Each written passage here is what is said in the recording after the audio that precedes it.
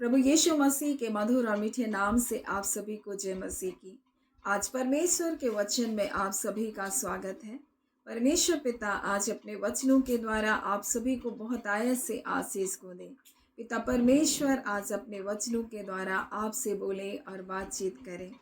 भजन संहिता 119 उसके 9 इस प्रकार से लिखा है, जवान अपनी चाल को किस उपाय से शुद्ध रखें। और यहाँ पर एक सवाल है कि जवान अपनी चाल को किस उपाय से शुद्ध रखे। क्या ये सिर्फ जवानों के लिए है कि वो अपने चाल को शुद्ध रखें? नहीं, परंतु आज हम वर्तमान में जैसे संसार में जी रहे हैं, हर एक उम्र के लोग पापों की ओर अपने जीवन में चले गए हैं। हर उम्र के लोग उन संसार की अभिलाषाओं में फंसे हुए हैं, उन व्यसनों में पड़े हुए हैं। हर उम्र के लोग आज हम देख सकते हैं कि किस प्रकार से वो गंदे कार्यों में लगे हुए हैं। तो इस संसार में हम जो परमेश्वर के लोग हैं, हम परमेश्वर की संतान हैं, ये हमारे लिए है क्योंकि हमारा परमेश्वर पवित्र है और इसलिए वो चाहता है कि हम पवित्रता का जीवन को जिएं, हम शुद्धता का जीवन को जिएं। और इसलिए यहाँ पर एक उपाय परमेश्वर ने हमें दिया और यह इस प्रकार से लिखा है, जवान अपनी चाल को किस उपाय से शुद्ध रखे, तेरे वचन के अनुसार सावधान रहने से। मेरे प्रियो, आज हम बहुत तरह की सावधानी को अपने जीवन में रखते हैं। एक गृहिणी भोजन बनाती है तो सावधान रहती है। एक बच्चे को जब पालन पोषण किया जाता है तो बड़ी सावधानी से उसको पालन पोषण किया जाता है, कहीं छोटे बच्चे को कोई चोट ना लग जाए। हर चीज का ख्याल रखा जाता है ताकि कोई अप्रिय घटना ना हो जाए। वाहन चलाते वक्त हम सावधानी रखते हैं। हर चीज में, इस संसार में जब हम एक सावधानी को रखते हैं तो हमारे जीवन के लिए भी सावधानी है। हम अपने जीवन को, अपने मन को किस ओर लेकर जा रहे हैं, ये महत्वपूर्ण है। कई बार हम निश्चिंत हो जाते हैं अपने जीवन को लेकर। हम हर बात में संसार में सावधानी रखते हैं।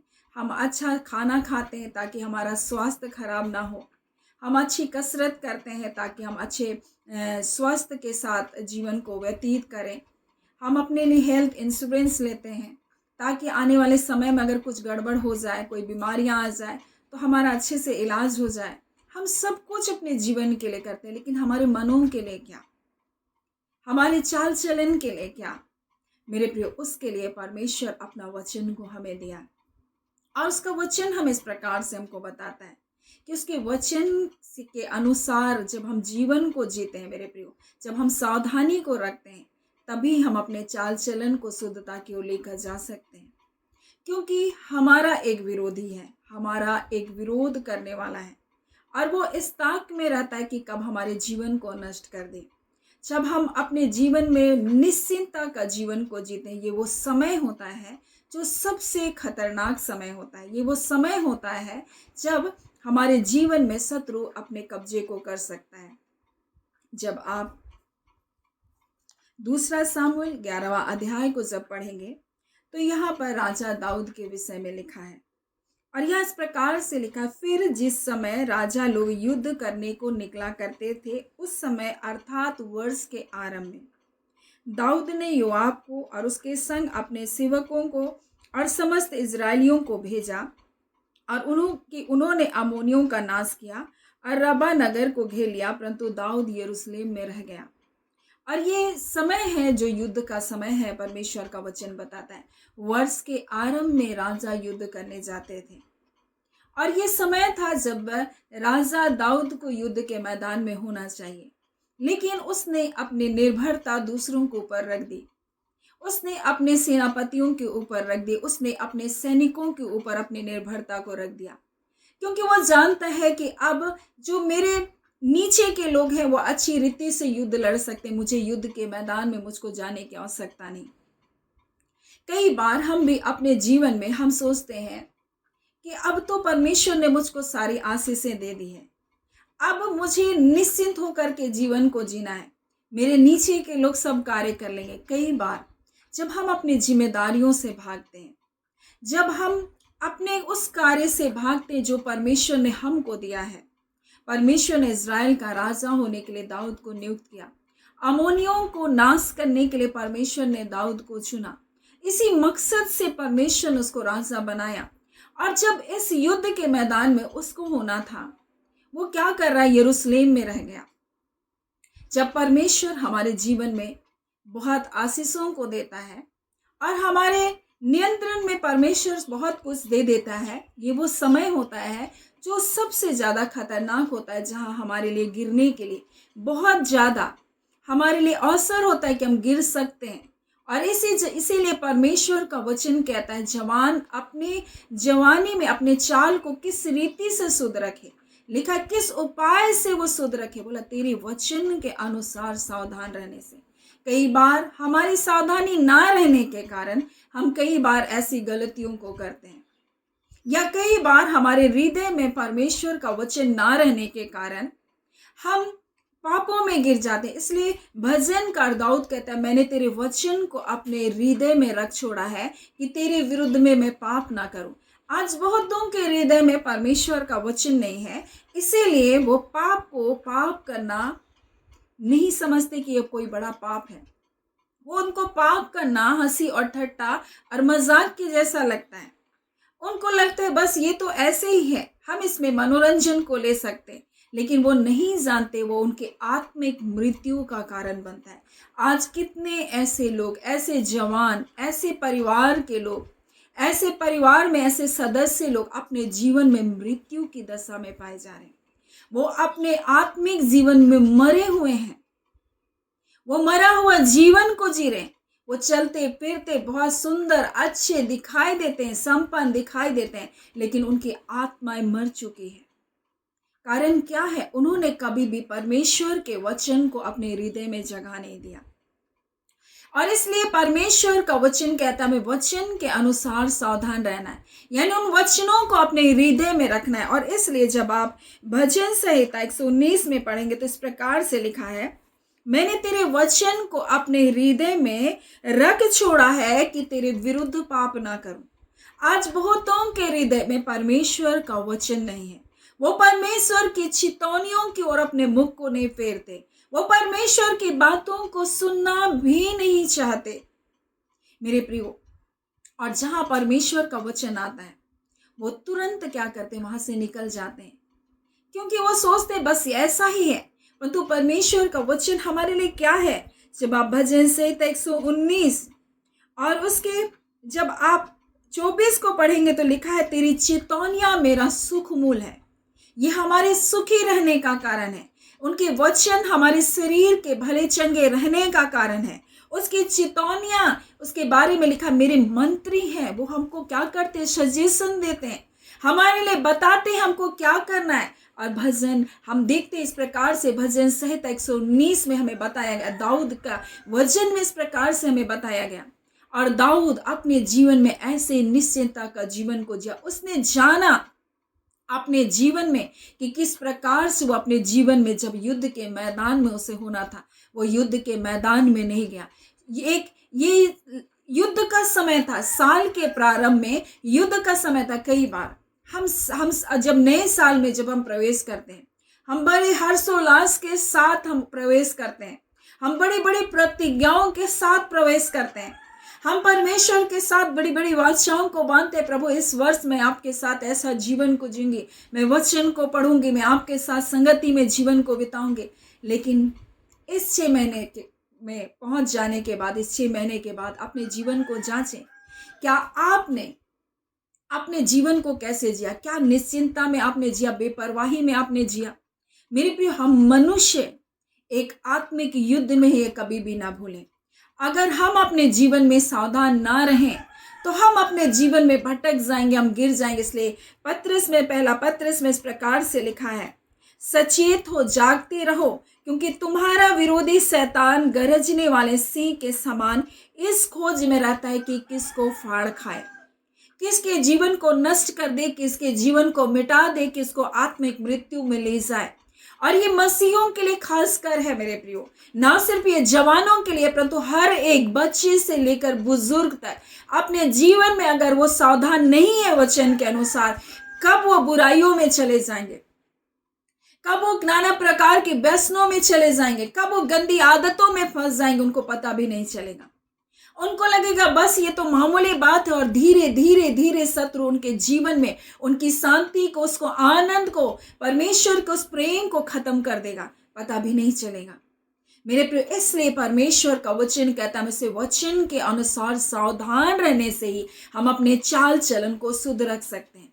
नहीं तो कब कड़वाहट से भर जाए, कब ईर्ष्या से भर जाए, कब नाना प्रकार की बातें हमारे जीवन में घर करने लग जाए, कब चिंताएं हमारे जीवन में घर कर जाए, हमको पता भी नहीं चलेगा। कब हम निराशाओं में चले जाए, हमको पता भी नहीं चलेगा। मेरे प्रियो, जब हम सावधान नहीं रहते तब ये सारी बातें धीरे धीरे करके हमारे जीवन में आ जाती है।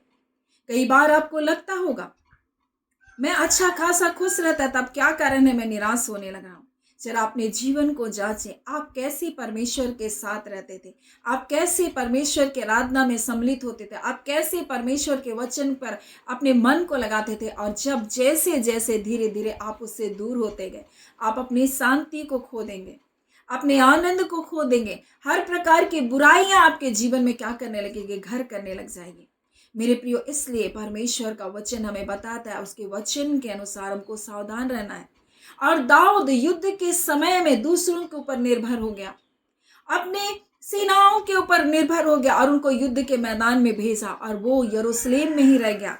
और उसके जीवन में क्या हुआ, ये निश्चितता उसके जीवन में नुकसान को लेकर आया। जब वो अच्छा घर बन गया, अच्छे भवन बना लिया, अब उसको लग रहा है बस सब कुछ ठीक है, सब कुछ अच्छा है। लिखा है, और सांझ के समय दाऊद पलंग से उठा और राजभवन की छत पर क्या कर रहा है, टहल रहा था। ये समय था जो युद्ध के मैदान में उसे होना था, परंतु ये समय में अपने पलंग पर था, ये उस समय में अपने राजभवन के छत पर निकल करके टहल रहा है।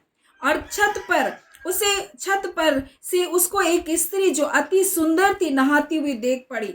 और जब दाऊद ने किसी को भेजकर उस स्त्री से पूछवाया, तब वह किसी ने कहा, या तो एलियाम की बेटी हित्ती उरिया की पत्नी बत्शबा है। और इस प्रकार से वो क्या किया, पाप में गिर गया दाऊद। इतना ही नहीं, वो इतने पाप को फिर छुपाने के प्रयत्न में भी लग गया। मेरे प्रियो, पाप अपने साथ बहुत सारे और अपराध को लेकर आता है। एक झूठ अपने साथ कई और झूठ को लेकर आता है। थोड़ा सा पाप का दरवाजा आपके लिए और बड़े बड़े पापों के लिए दरवाजा खोलता है। उसने क्या किया, उसकी पत्नी के साथ, जो हित्ती उरिया की पत्नी के साथ उसने कुकर्म किया। इतना ही नहीं, परंतु उसने हित्ती उरिया को उसने क्या किया, युद्ध के मैदान में भेजकर, युद्ध में जहां घमासान युद्ध था वहां पर रखने के लिए अब कहा, और उसको युद्ध में क्या क्या मरवा दिया। और ये बात परमेश्वर को बहुत बुरी लगी। मेरे प्रियो, मैं आपको बता दूं, जब हम सावधान नहीं रहते, जब हम आशीषों में इतना खो जाते हैं, जब हम निश्चित हो जाते हैं, तब हमारे जीवन के लिए वो सबसे बड़ा खतरा है। जब परमेश्वर हमको अच्छा घर दे दे, जब परमेश्वर हमारे जीवन में सुख और शांति दे दे, जब हमारे परिवार में सब कुछ अच्छा हो जाए, तो ये वो समय होता है जब हमें वचन के अनुसार सबसे ज्यादा सावधान होने की जरूरत है। अब जाने, हमारा एक विरोधी है और वो इस ताक में रहता है कि कब वो हमको क्या करे, फाड़ खाए। मेरे प्रिय, नीति वचन 28 उसका 15 में इस प्रकार से लिखा है, कंगाल प्रजा पर प्रभुता करने वाला दुष्ट। जो कंगाल है उस प्रजा पर प्रभुता करने वाला दुष्ट कैसा है, वो गरजने वाले सिंह और घूमने वाले रीछ के समान है। यहाँ पर कंगाल किसे क्या गया, क्या सिर्फ धन की कमी वाला? नहीं, आज बहुत सारे लोगों के अंदर परमेश्वर के वचन का धन नहीं है, आज उनके अंदर परमेश्वर का वचन नहीं है, और इसीलिए शैतान उनके जीवन पर प्रभुता कर रहा है। आज शैतान उनके जीवन पर राज्य कर रहा है, आज व्यसने उनके जीवन पर राज्य कर रही। वो कंगाल है आत्मिक जीवन में, उनके पास परमेश्वर का वचन नहीं है। और इसलिए दाऊद कहता है, मेरे प्रियो, कि उसका भजनकार दाऊद का भजन में इस प्रकार से लिखा है, तेरे वचन के अनुसार सावधान रहने से बोल रहा है कि हम क्या कर सकते, एक पवित्र जीवन को जी सकते हैं। मैंने तेरे वचन को अपने हृदय में रख छोड़ा है कि तेरे विरुद्ध में मैं पाप ना करूं। क्या हमारे हृदय में परमेश्वर का वचन है? आज अगर हमारे हृदय में परमेश्वर का वचन है मेरे प्रियो, तो हम सबसे धनवान लोग हैं। अगर हम उस वचन के अनुसार चलने के लिए जब हम चौकसी करते हैं मेरे प्रियो, तब हमारे जीवन में सुख और शांति बनी रहती है। और वो वचन हमको क्या करता है, बताता है, हमारा दिशा निर्देश करता है और इसलिए उसका वचन हमें बताता है। तेरा वचन हमारे पाँव के लिए दीपक, हमारे मार्गों के लिए क्या है, उजियाला है। वो हमें सही रास्तों पर हमको चलने के लिए हमको अगुवाई करता है। और जब हम दाएं या बाएं मुड़ते हैं, हमें आवाज देता है, मार्ग यही है और इस पर चलो। मेरे प्रियो, आज परमेश्वर अपने वचन के द्वारा हमें बताना चाहता है, जब हम वचन को अपने हृदय में रखेंगे, हम वचन के अनुसार सावधान रहेंगे, तो हम निश्चय करके एक पवित्र जीवन को जी पाएंगे। आज इसलिए हमें वचन को अनुसार अपने जीवन को जीने की आवश्यकता है। वचन को हमें पढ़ने की आवश्यकता है। वचन को हमको मनन करने की आवश्यकता है। वचन को हमको थाम कर रखने की आवश्यकता है। और यही वो वचन है जो हमारे सुख का मूल है। यही वो वचन है जो हमारा मंत्री है, जो हमारे लिए रास्तों को क्या करता है, बनाता है। सो मेरे प्रियो, आज परमेश्वर पिता इन वचनों के द्वारा आप सभी के जीवन को बहुत ऐसे आशीष को दे। आमीन। आइए हम प्रार्थना करें। धन्यवाद देते हैं जीवते सच्चे सामर्थी पिता परमेश्वर, प्रभु यीशु के नाम से अब हम आपके निकटता में आते हैं। इस सुंदर समय के लिए पिता आपका धन्यवाद देते हैं। पिता, हम धन्यवाद देते हैं पिता परमेश्वर, क्योंकि आपने पिता आज का दिन हमें दिखाया और परमेश्वर एक अवसर हमारे लिए दिया। पिता, कल के दिन हमने क्या किया क्या नहीं किया ये मायने नहीं रखता, परंतु आज के दिन परमेश्वर आप अपने लोगों से कहना चाहते, एक नई शुरुआत आज के दिन तुम कर सकते हो। आज वो समय है परमेश्वर पिता प्रभु, एक बार फिर से प्रभु जी आपके वचन के अनुसार अपने जीवन को टटोलने के लिए पिता।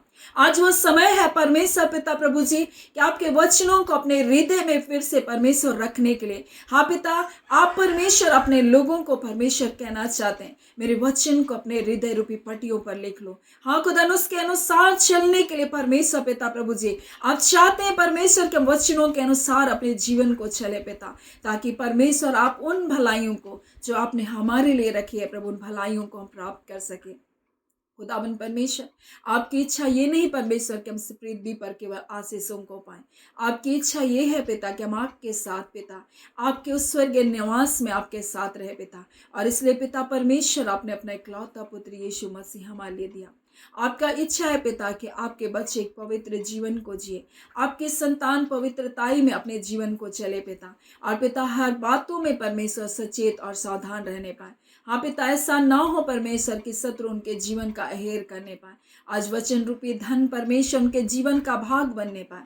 हाँ पिता, वो वचन के धनी हो जाए खुदान परमेश्वर, और वचन के अनुसार परमेश्वर चलने के लिए परमेश्वर प्रभु जी आप सामर्थ दीजिए। पवित्र आत्मा आप मदद कीजिए खुदान परमेश्वर पिता, हर बुराई से अपने लोगों को बचाए रखे। और हर ऐसे बंधन जो शत्रु ने परमेश्वर हाँ पिता उनके जीवन में बांध कर रखा, जो बार बार उनको पापों की ओर लेकर जाता है, ऐसे सारे बंधन टूटने पाए। और पिता, हम आपके सामर्थी हाथों में आपके प्रियजनों को सौंपते हैं। हमारे एक एक बुजुर्ग माता पिता को उत्तम स्वास्थ्य और भला चंगा जीवन को दीजिए। आपके दासियों को परमेश्वर अपने पवित्र लहू में ढांपे अपने अद्भुत सुरक्षा में रखें। और परमेश्वर जहाँ कहीं वचन को प्रचार करने के लिए जाते हैं, अद्भुत प्रकाशनों से अपने प्रियजनों को भरे पिता, ताकि परमेश्वर जो नाश होती आत्माएं हैं परमेश्वर वो बचाए जाए, जो भटके हैं परमेश्वर आपके प्रेम के करीब आ सके। ऐ खुदान परमेश्वर, जो दूर चले गए हैं परमेश्वर आपके प्रेम की निकटता में आ सके। परमेश्वर ऐसा अनुग्रह प्रदान कीजिए। हम एक एक व्यूवर्स को आपके हाथों में सौंपते हैं पिता। एक एक जनों के ऊपर परमेश्वर आपका कल्याण, आपकी कुशलता, आपकी भलाई बनी रहने पाए पिता। हम एक एक जनों को ब्लेस करते हैं पिता, जितने रोग दुख बीमारी से पीड़ित है प्रभु जी। हाँ, ज्वार से प्रभु यीशु के नाम से इसी घड़ी हम ज्वार को झिड़कते हैं। तुम छोड़ो, निकलो और जाओ इसी घड़ी यीशु के नाम से। हर एक प्रकार की दुर्बलताएं जाती रहे यीशु के नाम से पिता परमेश्वर। हर एक पिता परमेश्वर नसों की समस्या जाने पाए यीशु के नाम से प्रभु जी। हाँ पिता परमेश्वर, जो नसें दबे हैं प्रभु जी, यीशु के नाम से वो नसें खुलने पाए। हाँ पिता परमेश्वर, जितने ब्लॉकेज हैं प्रभु जी, वो ब्लॉकेज खुलने पाए यीशु के नाम से। खुदान परमेश्वर प्रभु जी, और एक बड़ी गवाही को अपने जीवन में वो देखने जा रहे प्रभु। आपका धन्यवाद खुदान परमेश्वर प्रभु, आप महान है प्रभु जी। आप अपने बच्चों के लिए अद्भुत कार्य करते हैं पिता। हाँ खुदान परमेश्वर प्रभु जी, और आपने परमेश्वर प्रभु अपने बेटे यीशु मसीह को हमारे लिए दिया, और पिता आपके बेटे ने जो कीमत को अदा किया, उसने कोड़े की जो मार को सहा,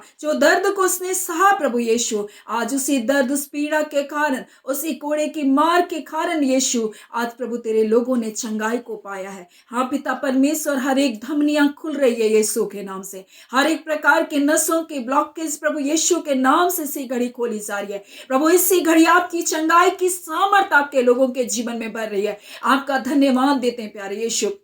आपका लहू प्रभु आपके बच्चों के रगों में बहता है प्रभु। हाँ पिता परमेश्वर प्रभु, आपका धन्यवाद देते हैं। हाँ प्यारे यीशु प्रभु, और उस रक्त में प्रभु जी, हाँ पिता वो शुद्धता है प्रभु जी, जो मानव जाति के पाप और अपराधों को शुद्ध किया। आज कोई बीमारी आपके बच्चों का भाग नहीं है प्रभु जी। हाँ पिता परमेश्वर, हर एक अवयव परमेश्वर स्वस्थ होने पाए, एक परमेश्वर अंग सही रीति से कार्य करने पाए। हाँ पिता परमेश्वर, भोजन सही रीति से, पाचन तंत्र अच्छी रीति से कार्य करने पाए, पेटों की समस्या जाती रहे यीशु के नाम से, हर एक गड़बड़ी जाती रहे यीशु के नाम से। इसी घड़ी प्रभु जी पेटों की ऐंठन खत्म होने पाए यीशु के नाम से। ऐ खुदान परमेश्वर प्रभु जी, आपका धन्यवाद करते हैं पिता, आपकी स्तुति करते हैं खुदान परमेश्वर, आपको सारी आदर महिमा देते पिता, धन्यवाद देते खुदान परमेश्वर। इस घड़ी जितनों का परमेश्वर प्रभु जी, हाँ पिता परमेश्वर प्रभु जी, रक्त परमेश्वर प्रभु जी कम है पिता, हीमोग्लोबिन कम है परमेश्वर पिता, हाँ पिता परमेश्वर यीशु के नाम से वो बढ़ने पाए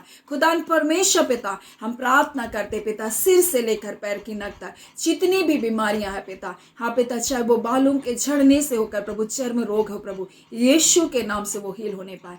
आपका धन्यवाद पिता, आपने अपने लोगों को चंगा किया, आपने अपने लोगों को स्पर्श किया प्रभु, आपका धन्यवाद। धन्यवाद पिता, आपने प्रार्थना सुना, प्रार्थना यीशु के नाम से हम मांगते हैं, दया सुने, अनुग्रह से ग्रहण कर लीजिएगा, आमीन। परमेश्वर पिता आप सभी को बहुत ऐसे आशीष को दें, आमीन।